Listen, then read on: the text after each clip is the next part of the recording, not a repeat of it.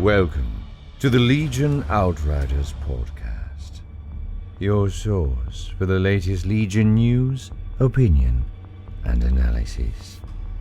And now, the Outriders. Hello, Outriders! Welcome!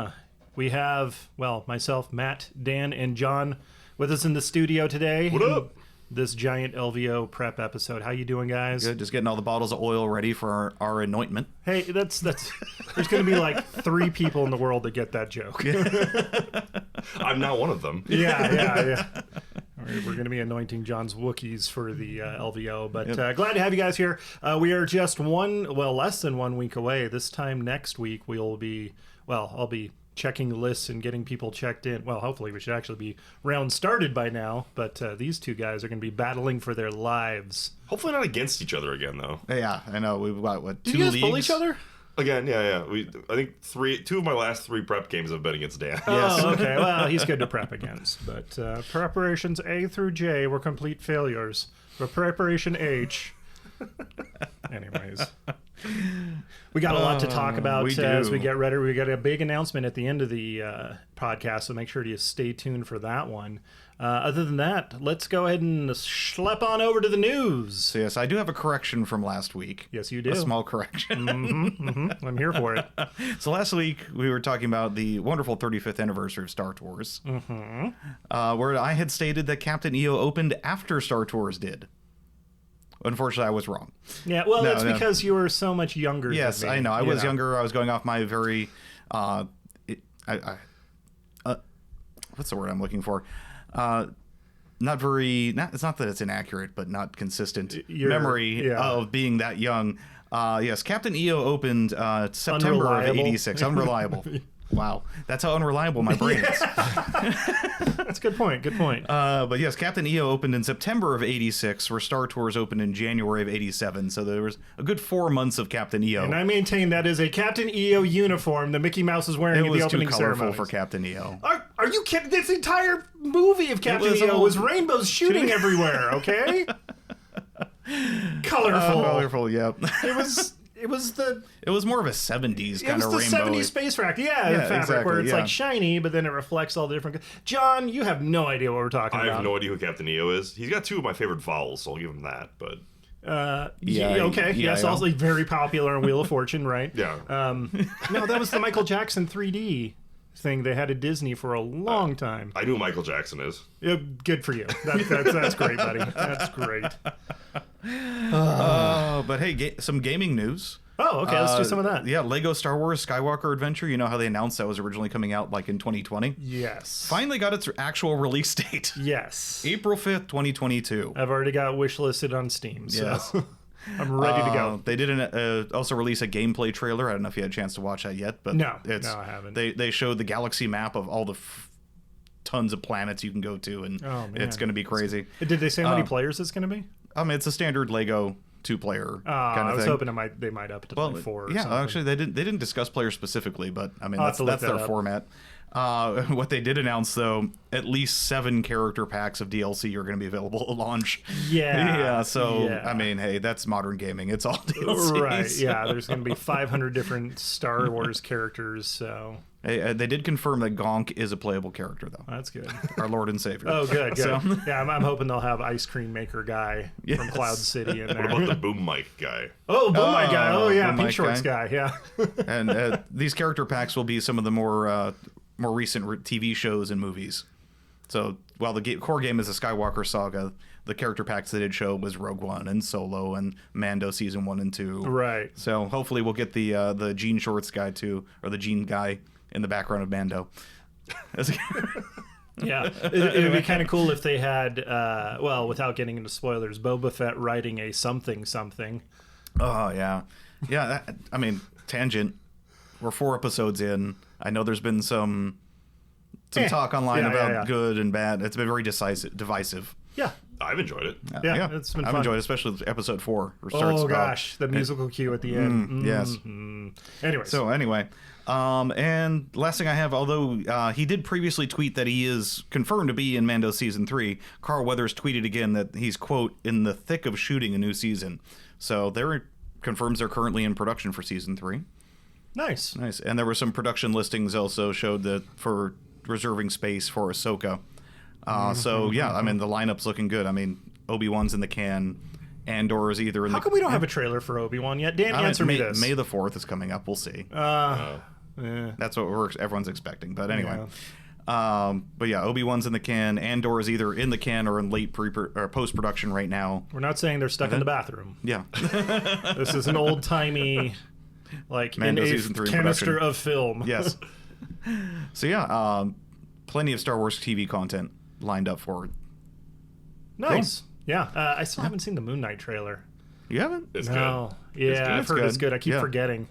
But anyways, going on. What other Star Wars, not quite Star Wars news? Random bull go. Yes. No. Great. Moon I Knight have to reference. bleep that now. Yeah. Oh, hell. Who had money on Dan being the first person to swear on the podcast? We've been bleeped before. It's been a long time. Yeah, we this usually episode, are pretty good. Yeah. But anyway. So lists were due this Friday. Last Friday for LVO. Yep. That's the Las Vegas Open that's coming, as we were talking about earlier. Did you get yours submitted? I submitted mine at 11:55 p.m. Oh, good. Yeah, Yep. I'm pretty sure organizers really love the people who wait till the absolute last. Well, you could have waited 4 more minutes, I guess. I also sent it in as a picture because I'm a troglodyte. So we were talking about this before we started recording. If you still haven't submitted your list, and according to the latest Legion Discord LVO channel news, there's still 5 people that haven't sent their list in. How dare you? Put it as a link to the list builder that's specifically requested by LJ and everyone else running LVO.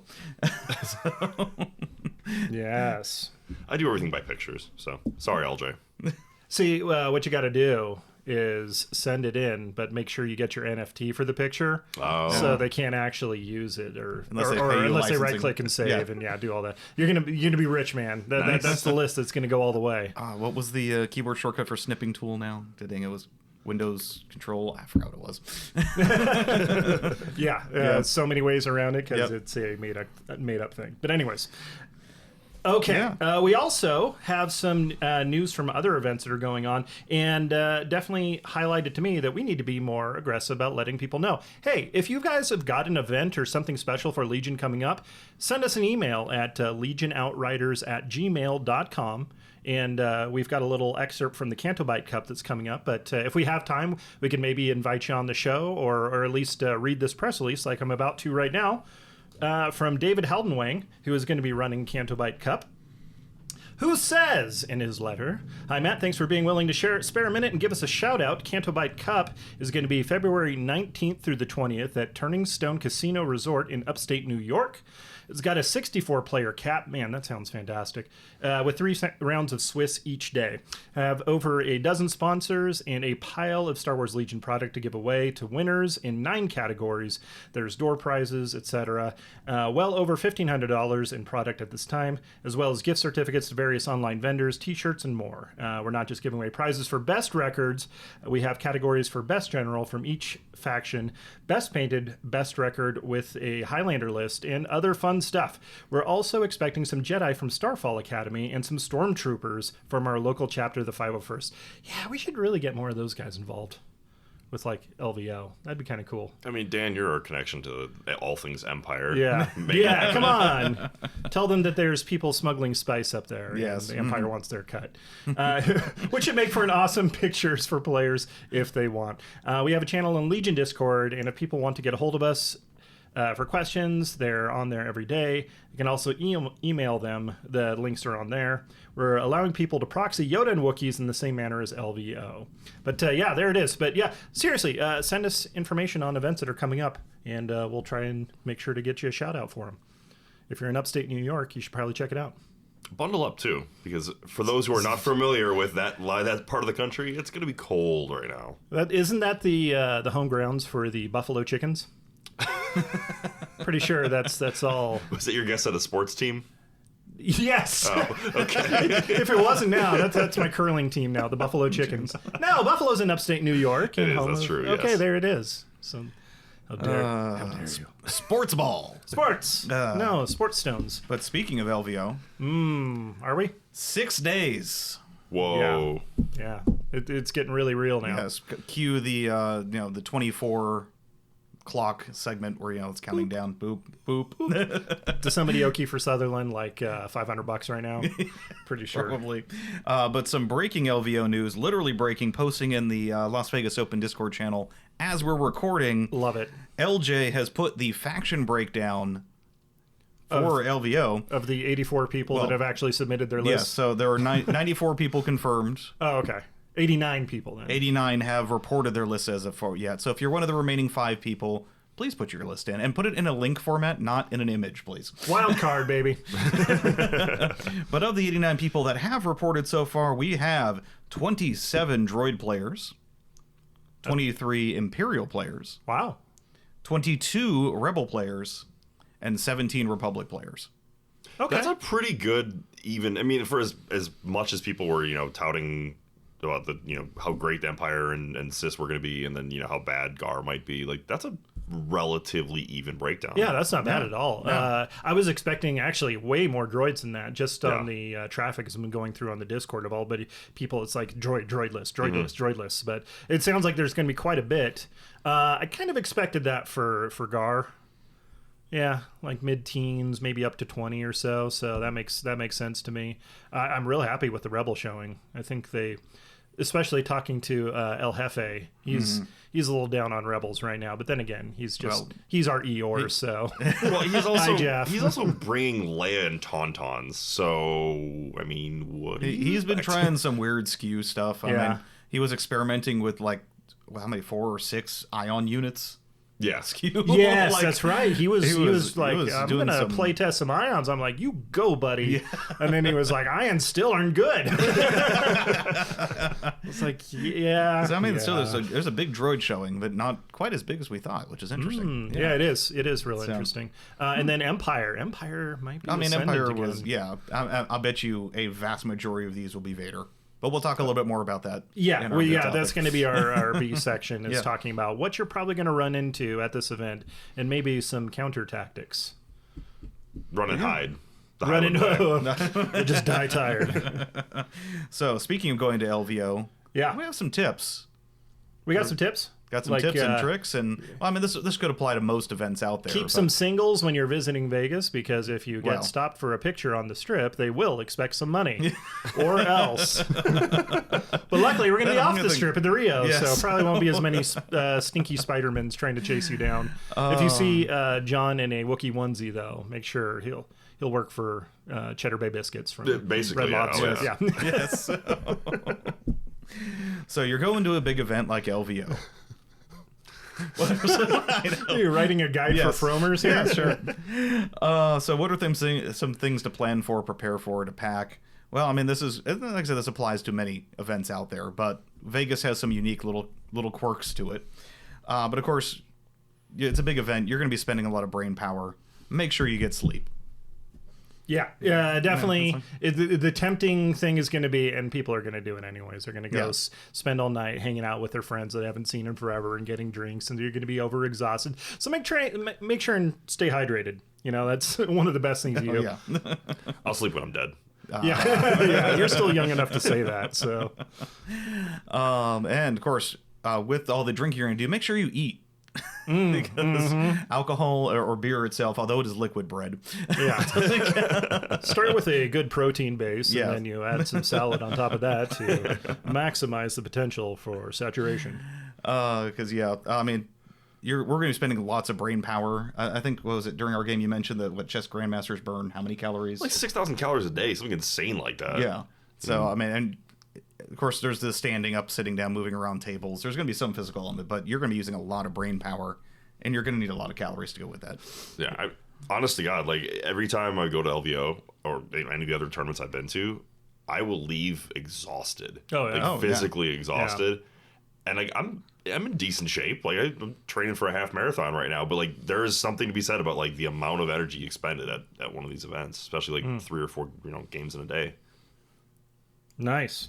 Yeah, it can be exhausting. I'm actually kind of glad I'll just be hanging out. I'm sure I'll be tired from actually doing the running around and stuff there. Oh yeah, I'm curious. You're gonna have a step counter going. Oh yeah. Oh yeah, I've got Pokemon Go locked and ready, so we're gonna be real Hatching awesome. eggs left and right. Yeah, that's it. So yeah, we should all the episode after LVO. We should pull our step counters and see how much we actually walked.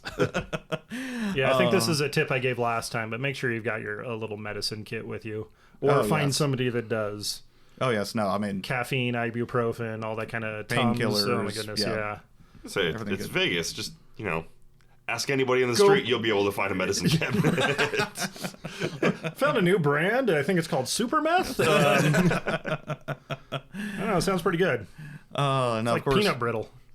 the one fun thing about Vegas, though, especially of course our I don't know if it's particular to our venue, but every casino in Vegas is not designed or intended to be navigated easily. Mm-hmm. So give yourself extra time to travel, to find the hall, to see where you need to go, because they purposely make these things mazes. So Let's go to Admiral Akbar with his hot take on the design of casinos. Thank you. Also, it's not at the Bally's this year. It's at Rio. Yeah. Just in case anyone wasn't aware of that. We talked about that extensively last time. So, just reiterating No, the it's fact. definitely good. Good. Yeah. So if you've already booked a room at Bally's, Book that Uber too, because it's not a short trip. Oh yeah, but of course, while you're walking around, get some good shoes. Yeah.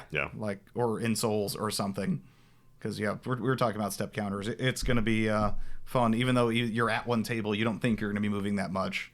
No, you're definitely going to need that. Vegas is very dry.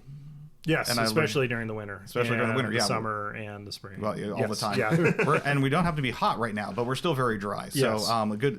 It's always good to pack some lotion. I learned this moving from California very quickly, that my hands turned to chalk and just start falling apart. Old Ashy Dan, that's what we call him. Yeah. You mentioned earlier, definitely bring some cash with you. Yeah. Because not just for, the wonderful ladies out on the strip who are wearing nothing, even though it's like 40 outside, which is crazy. But hey, we're going to find a cash bar. Yes, I'm sure there will be that kind of stuff. Is there a cash bar this year at the actual event? I don't think we had a confirmation on that. We asked. Since we're in a different venue, I'm sure there will be one somewhere. Yeah.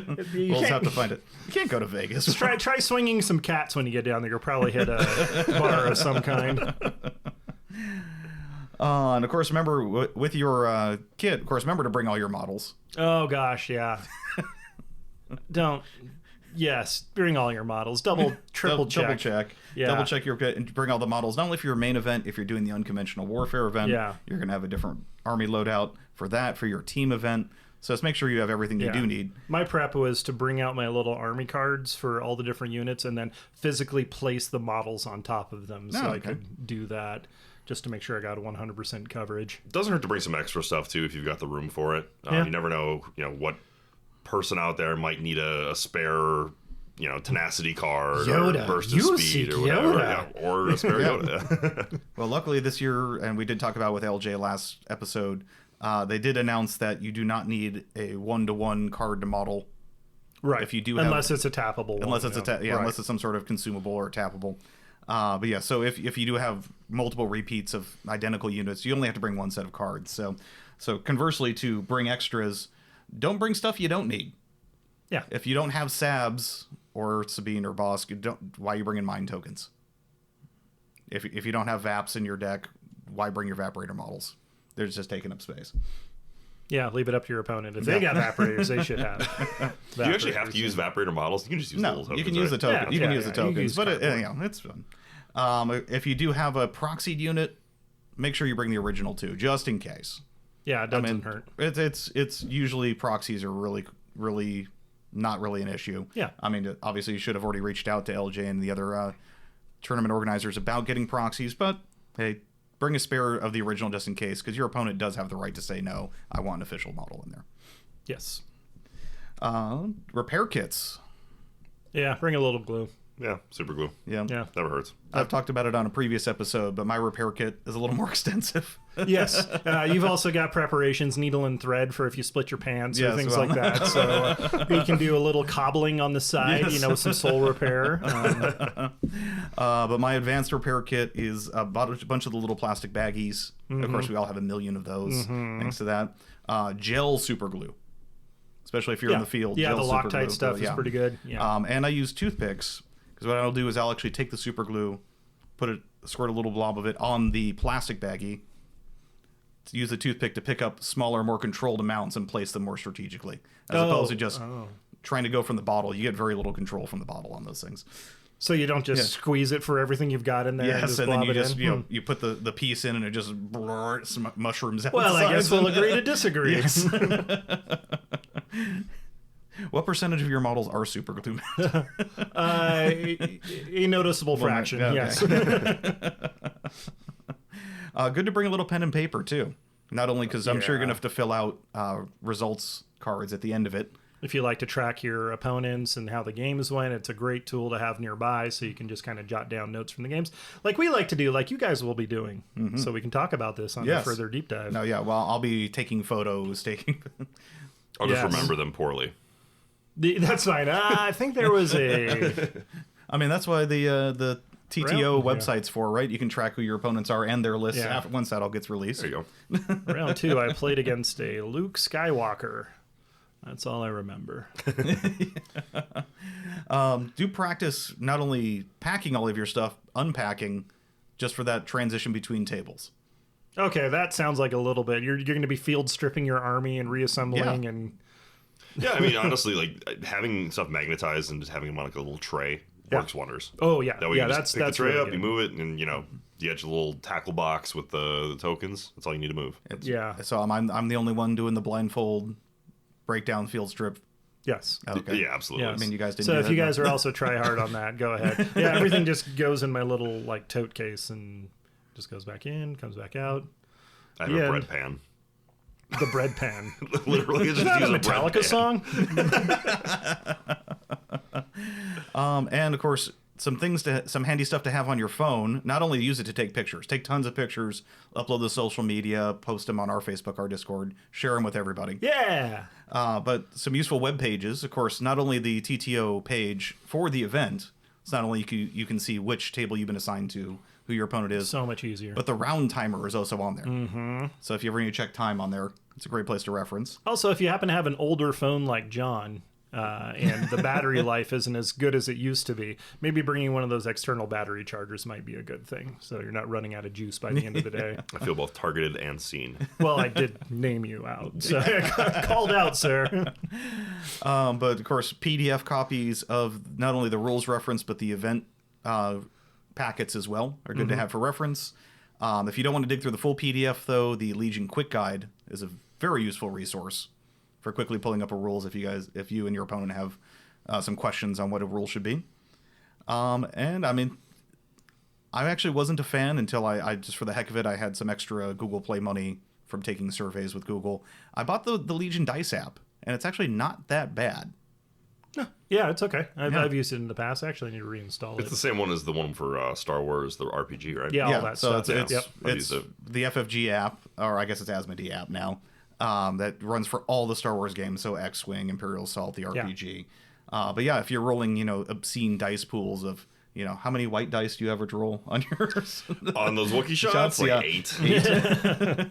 With aims Or 16. If you fire support into that. And I like having the physical dice so that way I have something like tangible that I can blame for my failure. Plus, it's less expensive for me to throw a dice than it is for me to throw my phone. True.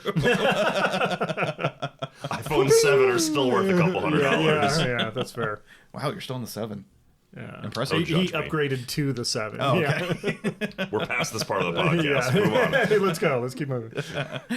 Of course, if you guys have any other cool ideas of stuff to bring to, definitely send us a message, shoot it out on the Discord, on the Facebook. But yeah, make sure you're prepared, bring stuff. It's going to be an event, going to be a day, but it's going to have fun. Okay. That being said, there's a lot of units that we should be on the lookout for at said event, or just, facing the table across from us. So we're going to take a quick break, then we'll be back to talk about that in just a moment. Hey guys, Matt here to tell you about our friends over at 6UP Supply. If you're like me and don't have access to your own 3D printers, 6UP Supply has you covered with a whole suite of printing services to bring those awesome files to life.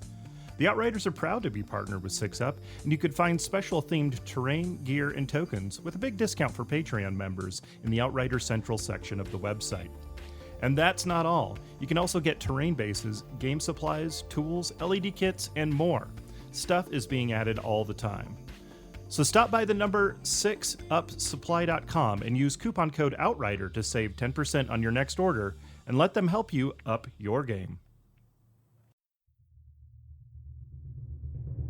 You are receiving the Legion Outriders podcast. Ending the transmission now would be most unfortunate. And now, the Outriders. Welcome back, Outriders, and here we go. We're going to be talking about some of the more infamous, they're so famous they're infamous units that we might be facing down. John, why don't you kick us off there? Well, I mean, like right now, we're kind of sitting at the wild west of the meta. You know, yeah.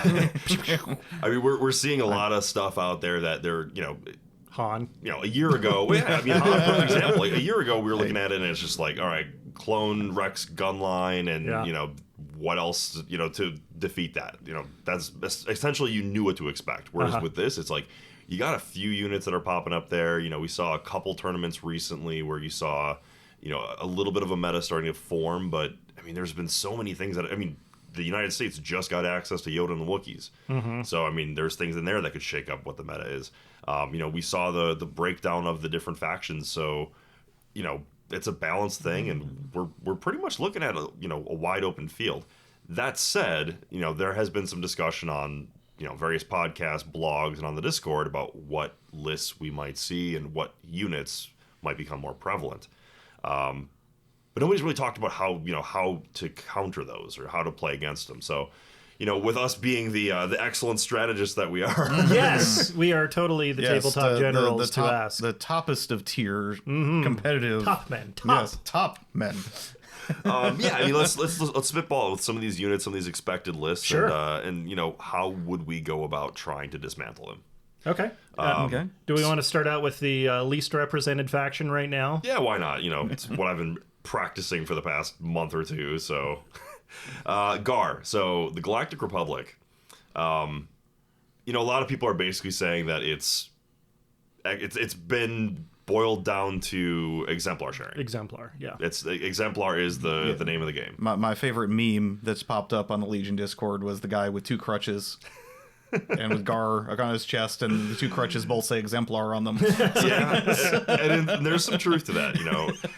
I don't want to make it sound like the Rex build is totally dead, because it was significantly nerfed. Yeah, the take that Clanker's turn isn't nearly as devastating as it used to be. But even with those points hikes, it can still do some work. Phase 2s are still a decent unit. It's still got a really good dice pool. The ability to fire support is still a huge thing. But let's be real, it's Yoda and Padme right now. The big list that everyone was kind of worried about was the Yoda, Padme, Saber list. And I talked about that kind of at length on a previous podcast. Have either of you guys had a chance to play against that list yet? Variant of it. One of the guys in our league, although I didn't play him this time around, I have played him previously, was running the Saber Padme, but without Yoda. He was flexing that points for Yoda into other heavy vehicles, the Fluttercraft, the support platform. Oh, interesting. Things like that. So yeah, he was trying a few other variants of that as practice. But yes, I mean, the linchpin of that list is Padme. Yeah, I agree. Even more so than Yoda, I think. Yeah.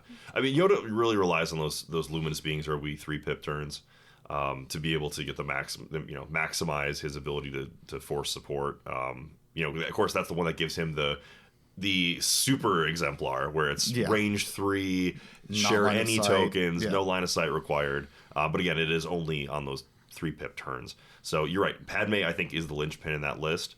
If you try to take down that Saber tank, good luck. You're gonna be frustrated because usually R2 is right behind it, just popping 2 more health back onto it. Every time Exactly. we do so. And then of course it has outmaneuver, so it can cancel crits with dodges. Padme's there to farm dodges on those luminous being turns. Yoda's there to farm dodges. Wow. So yeah, I mean it's gonna take a lot of firepower to drop that. So you need to take out the support structures that are allowing that Saber tank to just be the unstoppable beast that it can become. Yeah. So they've got, we were talking about Padme here. What do you do against Padme? How do you take her out of the equation? I think you got to get around the tank first. Yeah. Because she's probably going to be very well hidden. Yeah, she's probably going to be behind line of sight blocking terrain if it's available. LVO is always great about having a lot of line of sight blocking terrain, so that may be an option. She may just hide right behind the tank. Yeah. Because the tank is a very good line of sight blocker itself. So you may need to find a way to get around her. Part of that might be having to get around that range 2 bubble of the standby from the Saber tank. Fast units are going to be good against it. I can already think, riders, T-47s, the staffs. Yeah. Tauntauns probably Speeder pretty bike, good. yeah. Speeder bikes. Barks. Speeder bikes, man. Yeah. That'd be fun. I mean, T-47s I think are the kryptonite for this list because I mean you're cranking out a ton of impact. You're shooting at range 3, which, like I said, let's standby sharing. You can't put Overwatch on a tank, so it's only shooting at range 3 bubble or range 2 bubble. So you can get those T-47s in, Right. especially if you want to try to flank it, get around the side, hit a weak spot. Give yourself a little bit of extra impact. You can foreseeably drop a Saber tank in one round of good shooting with 2 T-47s. So, to go back on what we just said a little bit earlier, so there are some ways that you can take out the Saber tank. Are you saying do that after you take out Padme, or just go straight for the Saber tank if you've got excessive impact? If you feel like you have enough firepower to get around the Saber tank, and I'm really, like, honestly, the only list I'm really looking at this with are like a double AAT list or a double T-47 list. Yeah. Are the only ones that are like, I think, hyper specialized. Even then, enough. with the red saves on the tank, I'm exactly. like, ooh. Yeah, and the surge tokens. I mean, you're looking at the 3-up armor save on those Saber tanks. T-47s need Pierce. Yeah, that's what they need. Yes. More erratas to make them stronger. Yes. All right. Good. I'm glad we're on the same page on that one. But yeah, I would definitely set that up if I was going to be running some really fast flanking units on that. I would take my time to make sure I would keep everybody outside of the range of that bubble without trying to sacrifice too much of the objectives, whatever you're playing on. But to make sure that my units that are coming into attack are going to be protected as they can be, so they don't just get shot down by the tank ahead of time. So I'm thinking like 2 or 3 before that strafing run comes in, and hopefully you can knock out Padme in that maybe a double activation there, and then you can start bringing a little bit more pressure up there. What about Yoda though? Well, so Yoda is a very, very tricky unit to try to game plan against because As with our game. yeah, as with our exactly. So I mean, I've been playtesting Yoda for probably about 6 or 7 games now, and the game Dan and I played against each other's last game was the first time I ever really used Yoda's 1-pip card to great effect. And not just to bring the other card back in your hand. Exactly, yeah. Because, the Force, like, we talk about the Force support available through Luminous Beings, or his 3-pip card. But his 1-pip card, I mean, that's the one where he basically turns into a little ball of anger. Ketamine-fueled Muppet. Wow. I mean, he's got jump, he's got speed 3, he's got, Charge, his disengage. charge, disengage, Yeah. and he's got the ability to attack twice in a turn. So, I mean, you can, foreseeably take down 2 units in one go.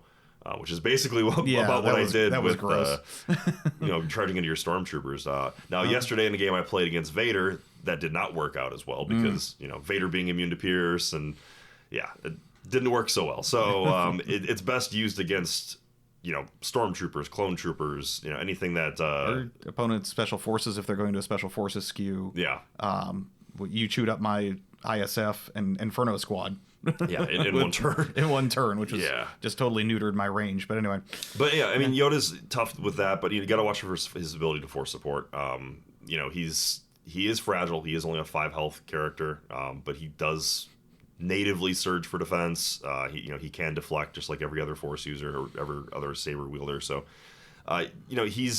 I would say Padme is the softer part of that list, and I think she would be the better target to try to at least disable the ability for the Saber tank to just consistently throw out those standbys. Because that cuts, 2 of the 4 potential standbys by cutting off Padme? Yeah, exactly. And that's every turn. Every turn. Her own standby, plus being guidance by Yoda to do another standby. Exactly. So. Yeah, every cog you take out of that machine, too, is just going to be...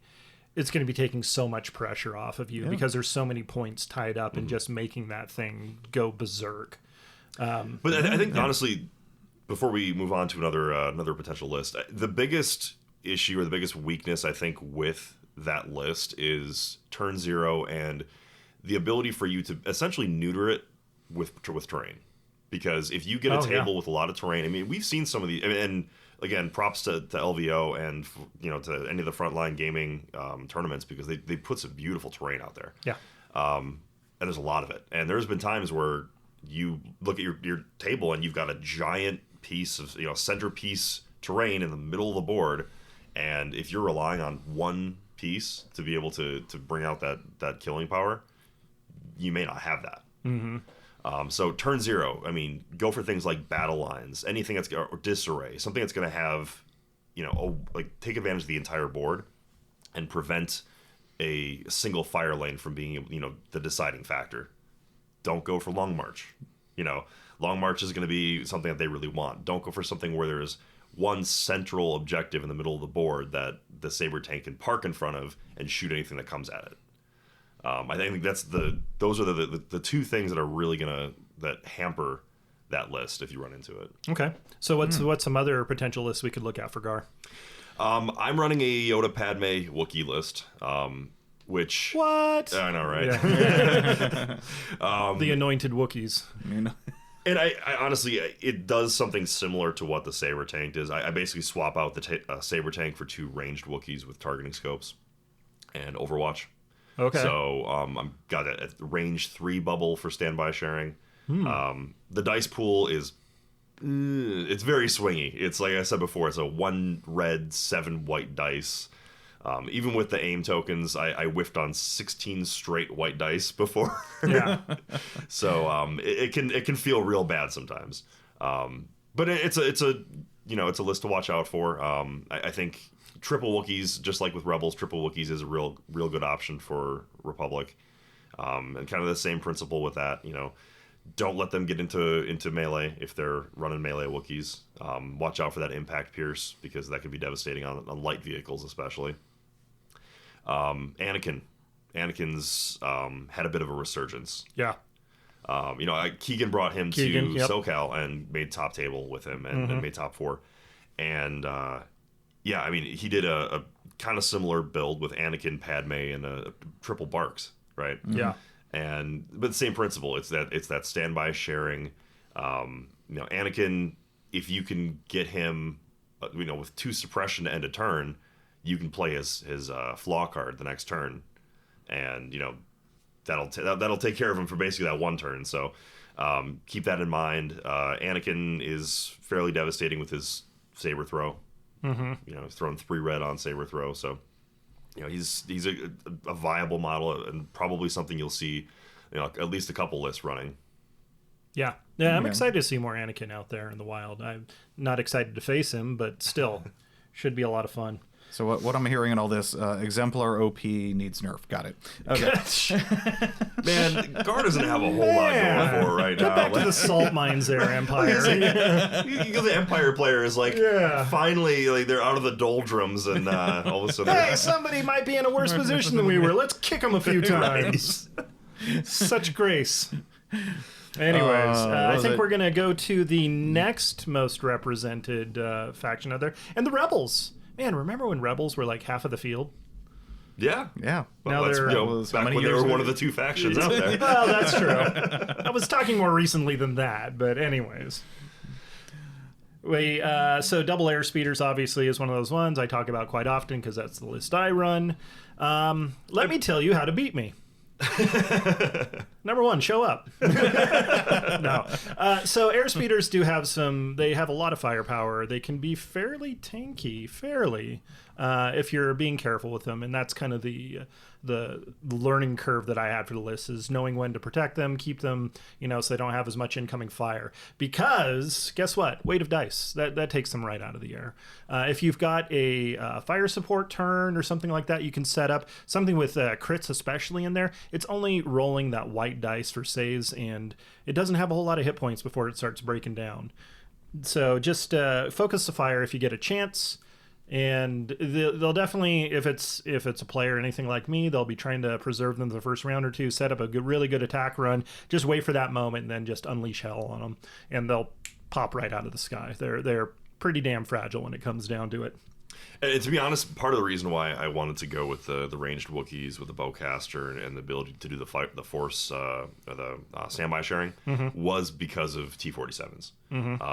Having the ability to, once they come into range 3, to be able to shoot first, and the dice pool isn't great, but if I'm able to fire support with a unit of clones, and then on top of that some of those aims, that impact pierce can go a long way against airspeed. Oh gosh, yeah. It doesn't happen often, but the times when you're coming in for an attack and then you get the main weapon break on it, oh man, it's just a kick in the pants right there. Yeah. But again, the T-47s, kind of the same issue that we saw with the Yoda Padme Saber list. Like, it doesn't do great on objectives. No, it doesn't. If you kill those things around it, you may be able to stop them from being able to score. Some of those, trooper unit bait, like things like intercept the transmissions, hostage exchange, anything that relies on you being able to interact with troopers. Sabotage the moisture evaporators. If you kill their ability to sabotage. Yeah, that's a really good point, because you're investing those points that you might be filling out the rest of your army for grabbing objectives. T-47s don't do that. Yeah. So you could just maybe stay out of the way of them, use the cover to your benefit if you get the chance, and then actually just play the game. Yeah, and stay away from bombing run. If you're playing against T-47s, stay away from bombing run. That's good. John, you sound like you've had personal experience. Empirical evidence. Yeah. Okay, next one on the list we have is listed as R2 Jank. I don't think I've ever heard of that, Dan. What's this R2 Jank? I haven't heard of the R2 Jank either, so I'm curious. There is a certain player in our local meta, and he's not just him. There's several players that I've heard talk about this. 5, maybe 6. Throwing a land speeder with R2 and Shriv. Okay, there is a way to do this where you can essentially use Shriv to give R2 a suppression, and put a shield droid on this. Yeah. Essentially make this indestructible, where you've got R2 basically flying around on this land speeder with a dodge and a suppression token, so you can't kill him. If you shoot the land speeder, R2 can just repair it. It's got the shielded ability. It's got a dodge from Shriv. Like, it's really difficult to try to kill this thing. And honestly, it's best to just ignore it. But however, it's something that you have to, if you see this in your opponent's list, turn 0, go for objectives that can score a lot of VPs, because accept the fact you're going to give up a VP. Because they're just going to scoot on over to your deployment zone, drop R2 out, secret mission, he's going to hop back in, and exactly. Yeah. And you know what? Maybe they're going to put some guns on the airspeed or the land speeder, and they're going to throw some fire down range. Is there going to be a Splimo? There could very well be a Splimo magnet about it. Okay. That thing can do some damage. You throw the rocket gunner on there, and it's got Arsenal 3, I believe, so it can throw some damage out there. I've played against that setup a couple of times now, and it is rough because it's much lower profile than like the T-47, so it can hide actually really well. Of course, it doesn't get the field of fire, but who cares if it's staying alive to do its mission? Yeah, it can pump out some dice. So honestly, look at it this way. If they're putting just the bare minimum upgrades on it, that's about 160, 170 points you're throwing down for that speeder. That's a heavy. And you're basically your opponent's playing 170 points down. So focus on what they do have. Try to ignore that. Try to score victory points in other ways that, kind of just leave that alone. Unless you have the ability to drop it in one shot. If you're running a General Weiss ATST, or you're running a fire supported, Saber tank or something like that, where you can, or, double AT. You got shields, neat. Here we go. Yep. They have more dice than you can deal with. Yeah, that's a way to take it down if you decide you're going to take it down. Otherwise, again, try to beat it in turn 0. It's a like I call it That's jank tough. because I don't respect it. Okay. That's what Okay, yeah. we just didn't know which specific jank list you were talking about. 'Cause, Yeah. Oh man, Han. He is the bane of all Han's red. star is ascendant. Yes. It's I been love that Han's ascended. Like Yeah. it really it took a lot for me to not go back to running my first LVO list, which was the Han, Leia, Chewie, and a bunch of man. Wookiees list, because I think right now it could be really good. Is this going to be a... So my biggest regret from LVO, I'm already follow-up- regretting it. yeah, I'm already okay. regretting it. Preview of It's that such episode. a fun list to run too. It really is. But no, I mean, Han getting steady is massive, and then the changes to low profile. You know, stapling duck and cover to him. I mean, he's going to be basically walking around with, you know, cover 3, and then, you know, the uncanny luck ability. One thing about him too, if you're running that Yoda, Padme, Saber list, or anything where with Yoda, because Yoda's, not to recap here, but Yoda's weakness with his cards are very good, but they're very predictable. Oh yeah. You're running them in a very certain order, and anything like Han's change of plans card can disrupt that. Oh, interesting. Okay. So if you're facing Han, expect that there may be a time where that card you really want to play isn't going to be available. you forget about the tricks sometimes because, you know, it's been a while since we've seen them really. Yeah, exactly. Like, So, Yeah. An old adage I heard about X-Wing was top level play does not look like top level play. It looks like beginner play because you're trying to not play the card that's optimal. So that's what you do. You play non-optimally in your command hand and wait for Han to pop that on you. but you know, you have to guess what that turn is going to be. Sure. You know, so if you're going to be sitting there and playing the non-optimal cards for 6 turns, expecting Han to change of plans it, you know, that may. Standing orders, all 6 turns. Got it. All right.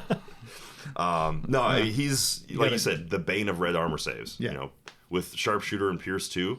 So, so basically, you just got to out sharpshooter him, catch him out in the open, flank him, melee him. Yeah. I mean, I think that's really the best way a to good take care of option. him. Yeah. And I think having Han in an airspeeder or a land speeder is also the something that drive-bys. can, you know, it was something that popped up a little bit before, but you know, Han's going to be sitting at heavy cover the entire time. So that's cover 3 essentially. So if you throw him in there with a shield droid, it's a durable unit that's also out there doing Pierce 2. So yeah, if you're playing, especially if you're playing Imperials or clones where you got a lot of guys with red armor saves, watch out for that. Han's a ruthless bookie. Yeah, oh, Wookie. Also, one of your, you know, favorite units of recent year, Op Luke. I love Op Luke. Yeah, you do. Yeah, and he's tough. He's very real tough. Yeah, I would say. I don't think I've won a game against him yet. You know, he's so expensive, Yeah. and you know that's one of those where you may have to just try to kill everything around him if you can't kill him. You know, his command cards are great. You got to be careful for, you know, obviously the Son of Skywalker turn. He will delete anything he is in combat with at the start of the Son of Skywalker turn. You know, even Vader. You know, he can Especially Vader. I mean, that's 7 red dice. You got tenacity, or yeah, with tenacity, it's 7 black dice, Plus 1 the red red, dice yeah. with the tenacity. But surge crit and all sorts of... Yeah, exactly.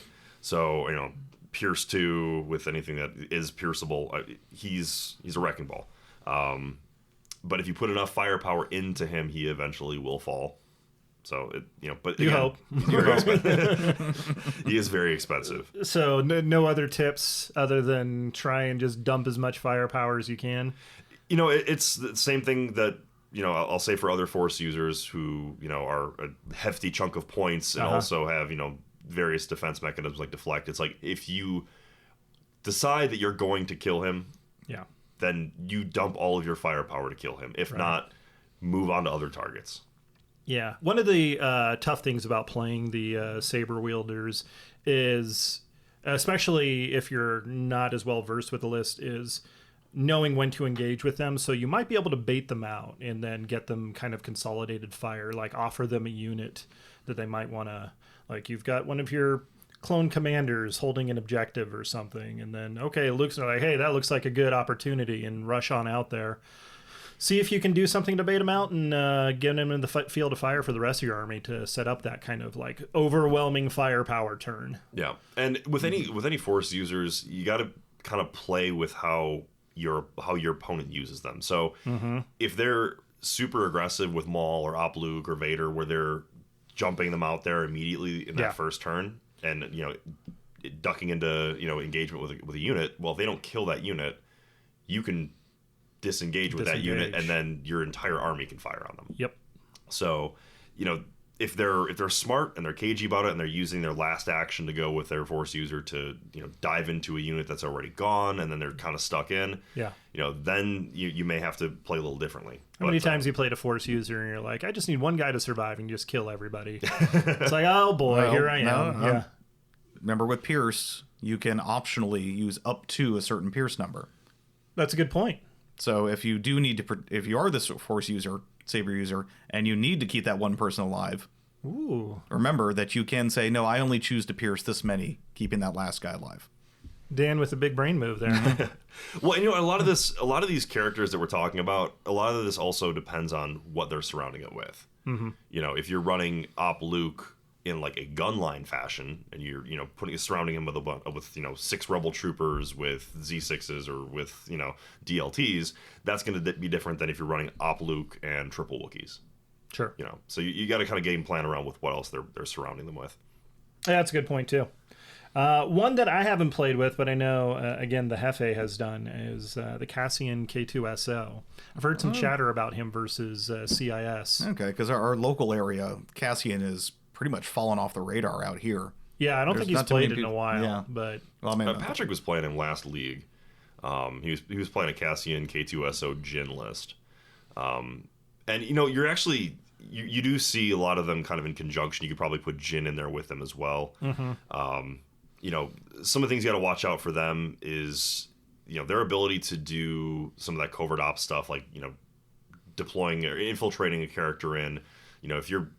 If you see they've got those characters in there, stay away from recover the supplies. Stay away from stuff where they can get onto an objective, take it, and scoot out. Bug out, yeah. And same thing when it comes to recover the supplies. Like, watch out for Sabine, watch out for the Mandalorians. Rebels have a lot of units that can do some of those tricky, infiltrating or fast moving things to grab an objective and scoot out. Empire too, but we'll talk about them in a second. Right. Dan. So yeah, Cassian is a good character. He's got some good command cards. He can act as a super sniper, essentially. He doesn't have a great defense dice. His pool's okay. K2SO, if he's in there with him, which, let's be real, if you're running Cassian, you're running K2SO. He's a handful. Yeah, he's a handful, and he hits like a truck in melee.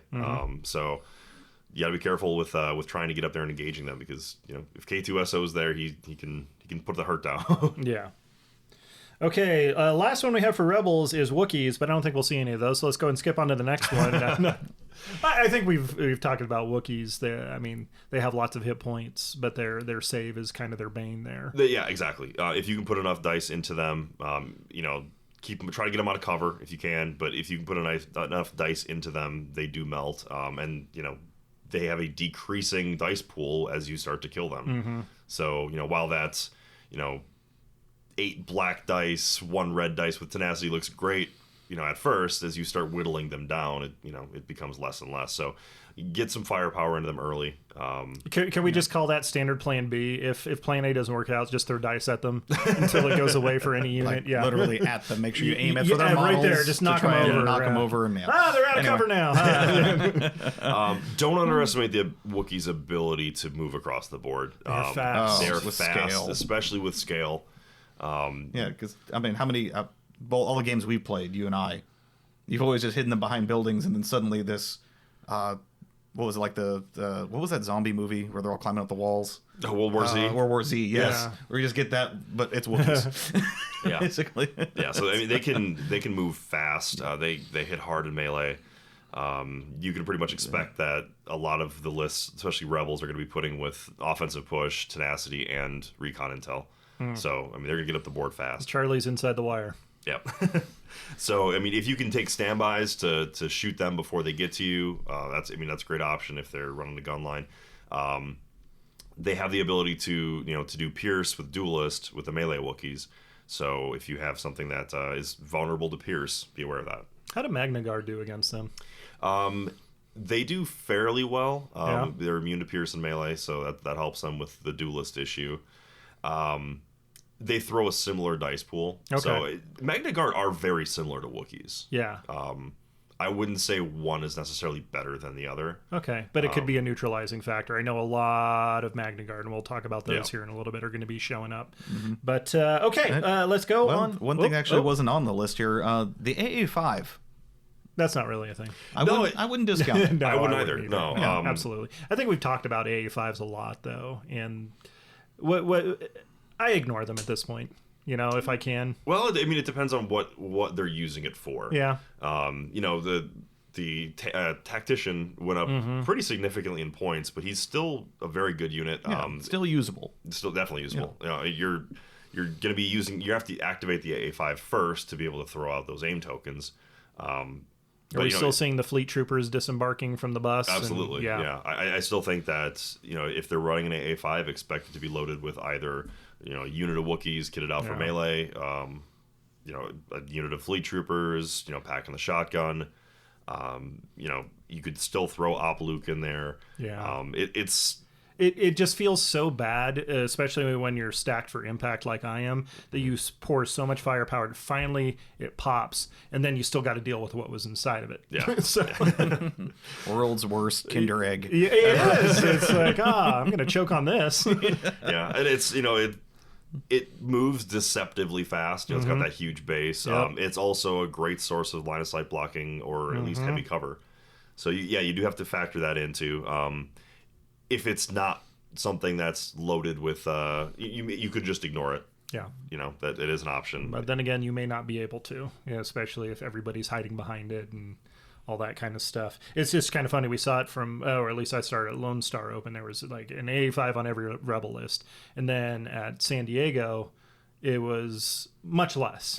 So I'm really curious to see what we're going to see out there at LVO. Well, I think some of these vehicles are also going to be significantly hindered by another unit that we'll talk about in a little bit. Okay. Nice. Now can we go to Empire? Yes. Excellent. Hey, Dan, it's your time to shine.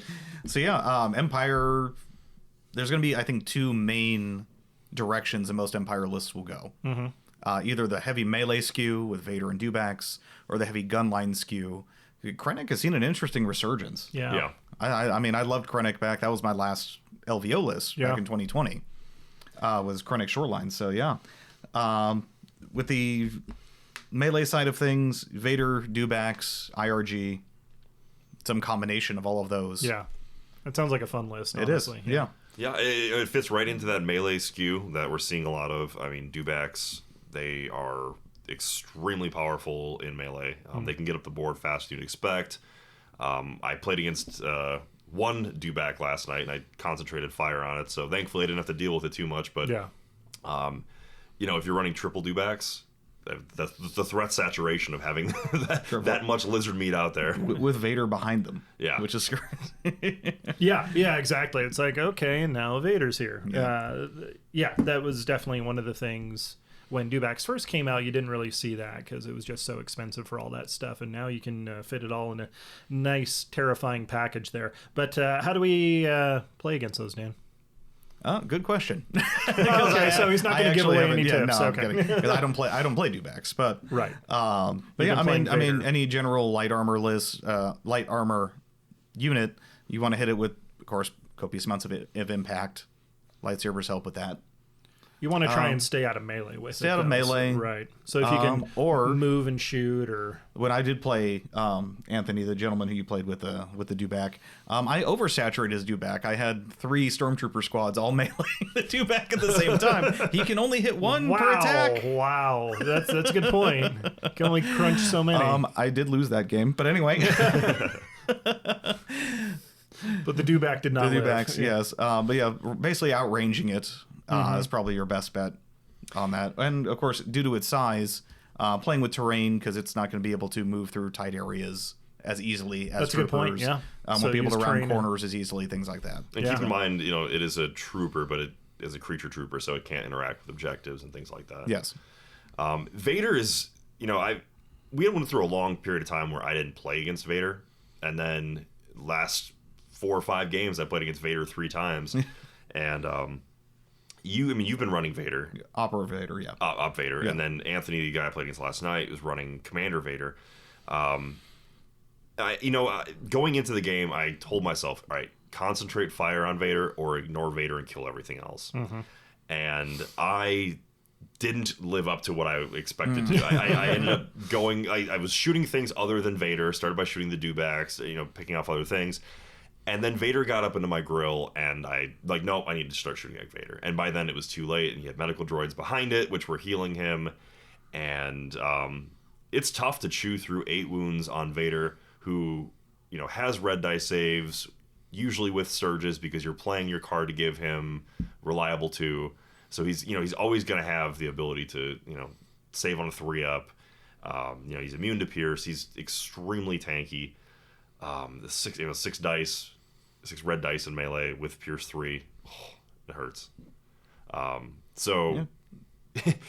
But having run Vader, he's also very swingy on the defense. You get a bad roll of defense with 4 or more blanks on there. You're going to be playing Vader really, really on edge after that. The thing that I've done against Vader, I guess twice against you, that was fairly helpful was don't concentrate your stuff into a single spot where Vader can just come in and start chewing up your units. Spread stuff out. If you can divert him out to one flank and then move everything else to another flank, that helps. He is still slow. He does not have things like, implacable, or no, what's the...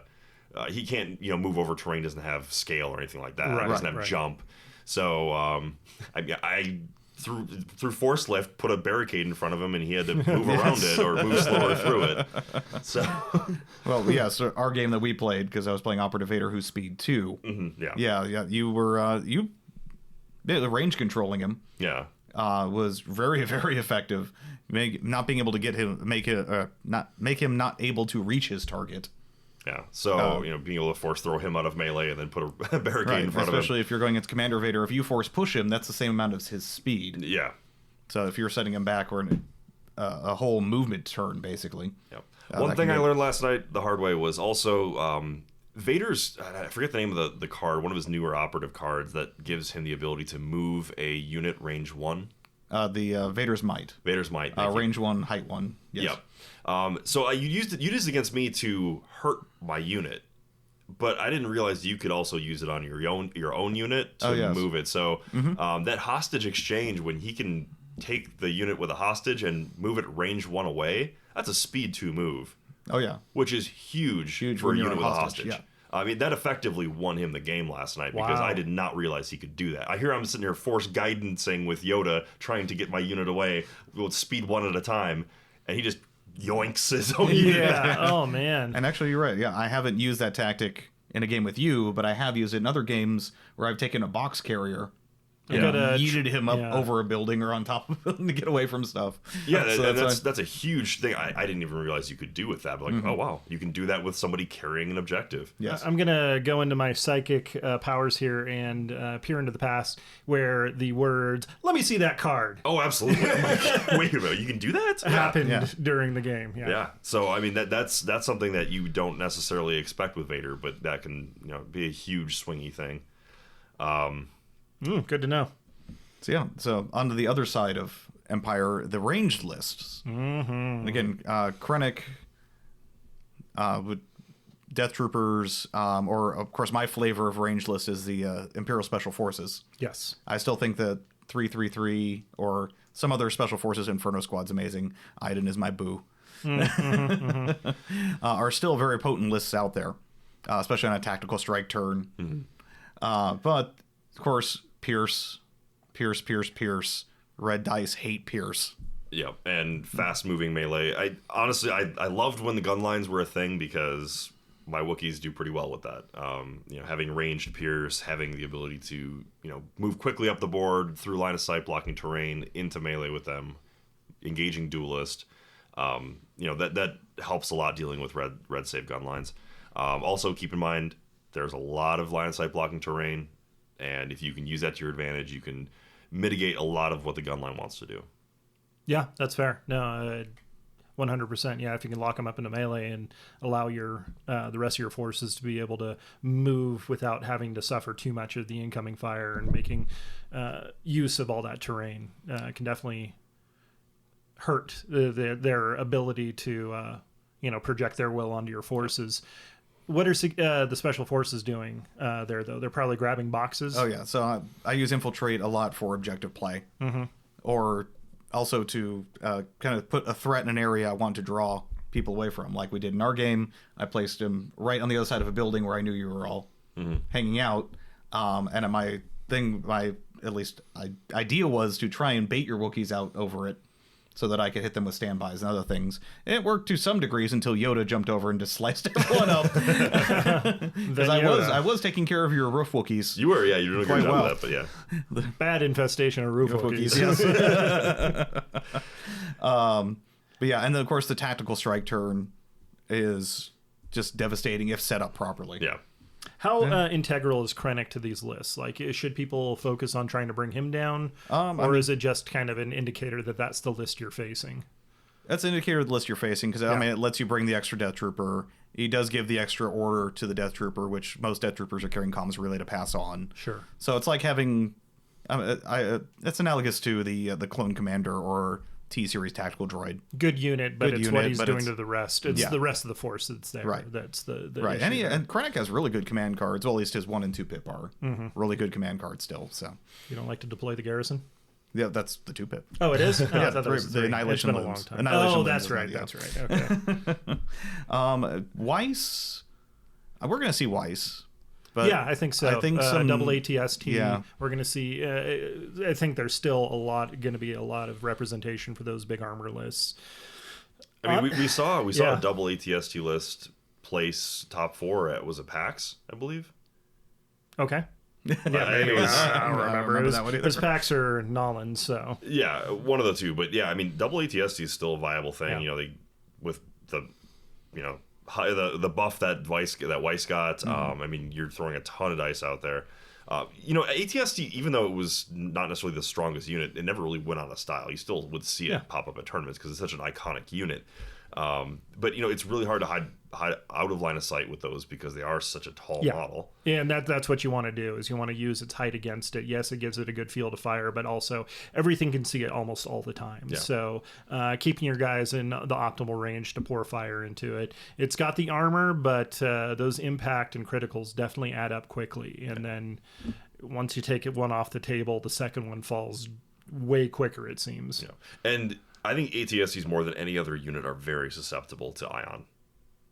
Losing an action, having the ability to take that aim, or move into range, it hurts an ATST a lot. So if you have... What ion units do you think we'll see? Oh, I don't know. We'll get to talk about that a little bit. Yeah. Oh boy, okay. But yeah, you're right. The ATST doesn't have the action efficiency that the speeder units like the T-47 has, because it has the free move with speeder. It doesn't have all the standbys the Saber's going to have. Actually, we'll talk about this in the AAT. I'm curious if it's just susceptible. Okay. Anyway. Anything last on Empire there that people should be on the lookout for? I mean, suppression list just kind of coming back again, part of that Krennic. That's why I'm curious why you added that there, because I don't see suppression list coming back, because suppression is still not as effective against all the other factions as it is against Empire. Well, so I think that there are a lot more of those units that farm out suppression that are... It may not be the focus cheaper. Of the list, but you got to be aware of it. Yeah, exactly. That became cheaper. I don't think suppression has been as effective a way to win a game as doing damage, obviously. I mean, some people were talking about, I'll just throw 8 suppression out there turn 1 and, chase your units off the board. It's a lot harder to do. Right, yeah. Especially with the amount of droid players that we're seeing, suppression affects them a little less. A little less, yeah. But it's still something to be concerned about. So have ways to mitigate suppression if possible. You keep your commanders handy if you need to. If you've got one of those command cards that lets you shed suppression, just keep an eye out for those turns that it would be optimal to use it, so you're not losing those units to just walking off the board. Okay. Now we get to the elephant in the room. The most represented faction at this year's LVO. The snail tank in the room? The snail tank. Yeah, sure, that one too. CIS. We talked briefly already. There's several units to be on the lookout here for. And one of them's pretty damn new, so people may not have been able to practice against them, and that's the Magnas. Yeah, I mean, Magnas fit really well into a lot of different lists that we're seeing with CIS. I think the games that I played against Magnas, like I said, they are very much like Wookiees. They're fast. They have charge. Being immune to Pierce and melee is massive. They natively had red saves. You can give them surges. They're a perfect unit to throw surges on, whether it's through aggressive tactics or whatever. They are very susceptible to ranged Pierce, though. Okay. And if you have something like Wookies with bowcasters, yeah. You can soften them up quite a bit before they get into melee. Han doing drive-bys on Magna Guards. Yeah, right. Yeah, perfect. That's a perfect target for it. Magnus having the ability to Guardian for Dooku or Kraken or something else that really wants to get stuck into melee. That's going to be a good use for him. And also, they have a very good heavy with the rocket launcher. Yeah. At least in our local area here, I have not seen anyone running the whip. It's just all rocket launcher all the time. Yeah.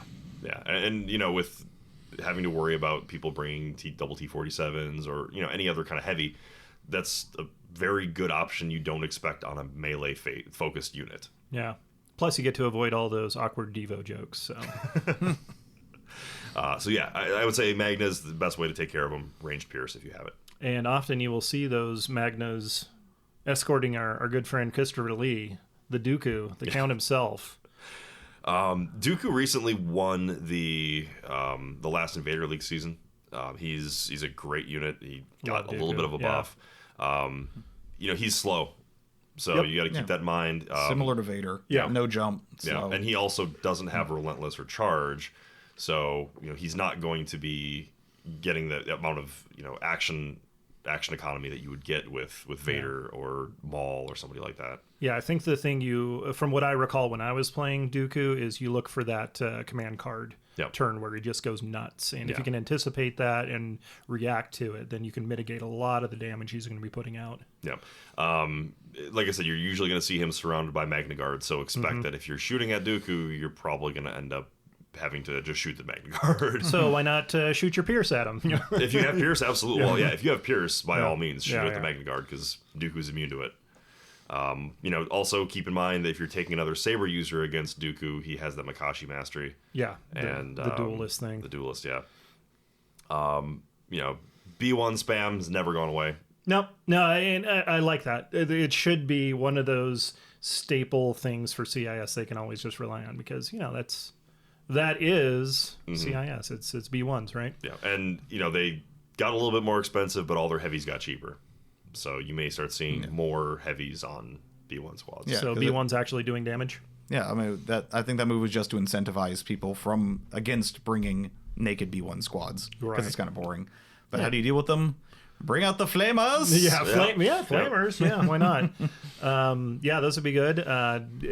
Look at them, I guess. I mean, they're B1s. Come on. Yeah, they go down, but I mean, even Vader and Op Luke on a full B1 squad can't kill an entire squad in one swing. So that sounds like a Wookiee kind of situation where they've just got a bunch of wounds to chew through that you got to get through. Yeah, pelt them from range and watch them fall apart. Yeah, or ignore them. Or if you cut the snake's head off, you don't have to worry about the B1s as much.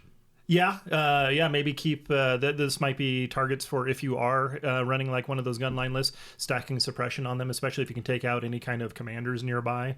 I've definitely had B1s flee off the board. And a lot of these B1 spam lists, the ones that are focused on being kind of a droid gunline, usually led by Kalani or Kraken. And especially with Kraken, a little bit more melee focused, but keep in mind he's got sharpshooter too. He has Pierce on his gun. He's a good offensive unit as well. But the ability to use override to kind of prevent that AI from hampering you when you need it most. Killing super tactical droid can do a lot to neutering some of that B1 gun line. Okay. And then, well, of course, Kraken's going to want to get up in your face, but Kalani's going to want to hide behind and do it. So very different tactics for two different units in there. Yep, I've faced both. I still think Kraken's a better unit. And like I said, Kraken can do melee very well, but he's also great with just throwing out that, Sharpshooter 2 Pierce. Also keep in mind with Sharpshooter 2, he's got that Orbital Strike command card. One thing that you and I have both faced off against was that 2-pip card that the Super Tac brings that gives everybody disengage. Yeah, which is just, gosh, yeah, we've talked about that. Yeah, when you go to dive and then they just walk away, it's like, what the heck? Yeah. So if you have a Force user that relies on the ability to jump into a unit and hold them, or stuff like melee Wookiees who want to get stuck in, having them be able to just back up, especially when you got B2s where they've just got a devastating short range firepower, you got to be conscious of that turn. Double AATs have still not gone away. They got a little bit of a points bump, but they're still incredibly strong, and we'll probably see a few of those lists out there. You think? Yeah. I've played against several like single AATs, and usually my thing is I avoid them as much as I can. Stay in cover, hug those out. Double AAT, you may not be able to do that, so. Yeah, that's another one where you want to try to take advantage of line of sight blocking terrain if you can. Yeah, because they're big, they're chunky. Yeah. They're going to have difficulty maneuvering around. Yeah, you'd be surprised, though, because they can do those side strafes and turns, and they can cover quite a bit of ground and get a completely different angle. So, yeah. If you can Ion them, do that, because they're another target for Ion that, they have Arsenal, too, but, if you're putting the missiles on them or whatever, but their ability to do 2 4 red dice high velocity attacks, if you get rid of an Ion, that they're only shooting 1, so that helps a lot too. Possibly the biggest effect to the meta I think that CIS can bring are the spider droids, though. Spiders. Spider droids. Spider droids. More than Magnas? Wow. I think you're going to see a lot of them in conjunction. I think which is weird, because in our area, at least in our league, no one is running spiders. No. That's funny. But honestly, I think that spiders can be something that will actually hurt heavies. In addition to, they're going to end up hurting themselves because of their ability to throw ion because out of there. their antennas. Well, that too, yeah. I'm still waiting to see the Chad move 3-foot antenna. I want those things. I thought they shut that one down. They did shut that one down. Okay. But I still just for the Chad move. Yeah. Okay. But I mean, their ability to throw out range 4 ion, and with cycle. So that's huge. You can reach out and touch those ATSTs from a long range.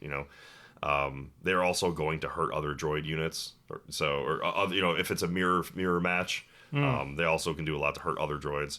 So keep that in mind. Yeah. Usually I go with, heavies to fight heavies, but with these, I don't know. I think I'd be leaning more on the impact. Then again, if I'm running like Wookiees and stuff like that, are you happy to see Ion across the table? You're just kind of chuckling to yourself?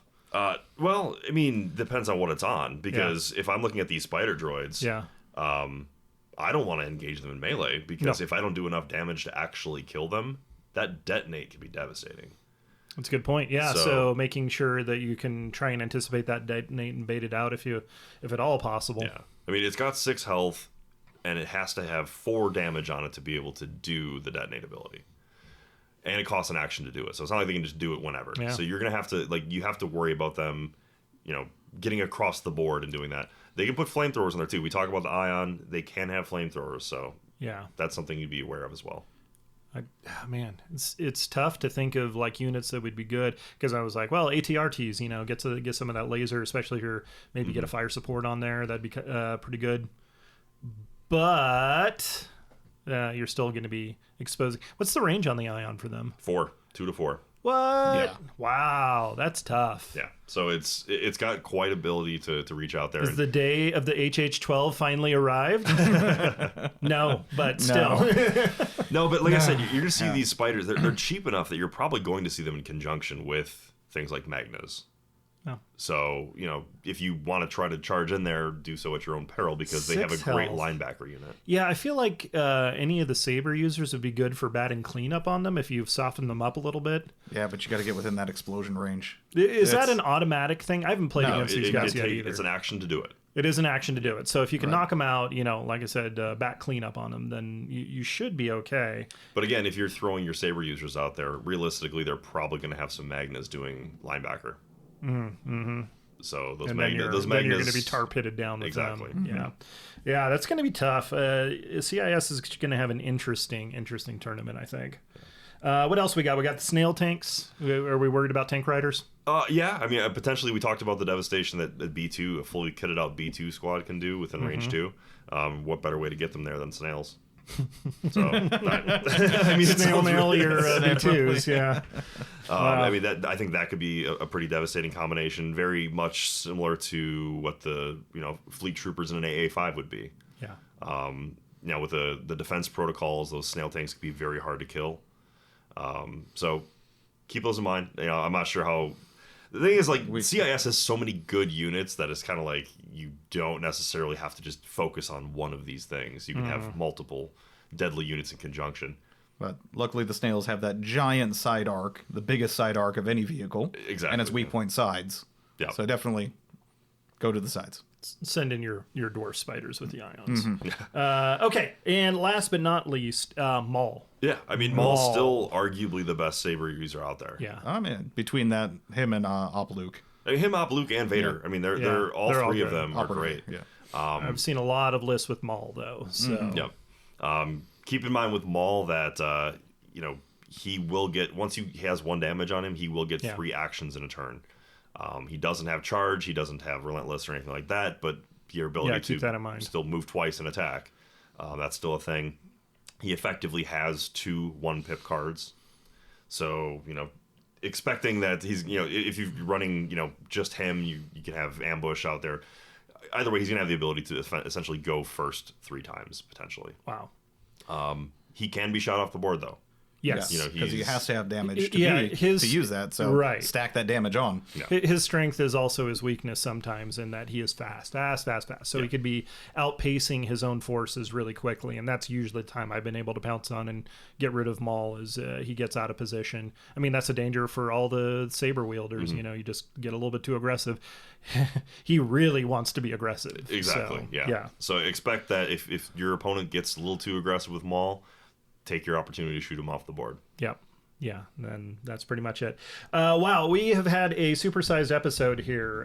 We're almost, coming in hour and a half just about. Yeah, but anyways, our next episode, though, will be super duper size. Yes, we've got a big announcement there.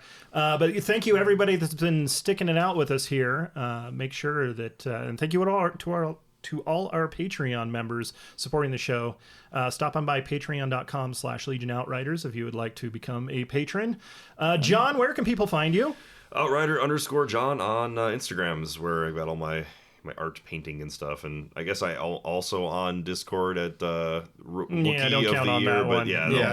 don't. I'm on there once a year. But Dan can be found on the Well, you can find me at LVO. Yes. So if you're at LVO, come say hi to us, guys. Say hi to us. Yeah, absolutely. Definitely COVID safe hugs. Yes, are available. fist bumps. Fist bumps, yes. But otherwise, I am on Discord at Outrider_Dan or DanTech, and I hang out in your streams. Yes, which you can find me streaming 4 times a week on twitch.tv/Captain_Archer. In our Sci Fridays, we're watching Eureka, so come join us for that. But otherwise, okay. So the announcement, we've actually been in touch with AMG, and we're very happy to announce that during our next episode, assuming everything goes to play, we'll be interviewing Will Schick and Will Pagani on the show. I'm super excited for that. Yes, it's very cool that they're reaching out and trying to get the developers out there to talk to us. So stay tuned for that. If you're in our Discord, feel free to shoot us some questions you might want us to ask, but we'll see what we can do. You may have to keep me from doing the Wayne's World. We're not worthy. We're not worthy. Yeah. A little bit of a rock star thing for me, too, because I've been following these guys for years. But anyways, in the meantime, we'll see you next episode with the interview and probably a little bit of LVO overview. And then we'll probably do a deep dive on the episode after that, because that's going to be another big one. But anyways, in the meantime, stay safe, and we'll see you next time, Outriders. This concludes the current episode of the Legion Outriders podcast. You may cultivate a tactical advantage by observing the Outriders on Facebook or Twitter at Legion Outriders. Wisdom advocates subscribing to the podcast. Acting otherwise is reckless.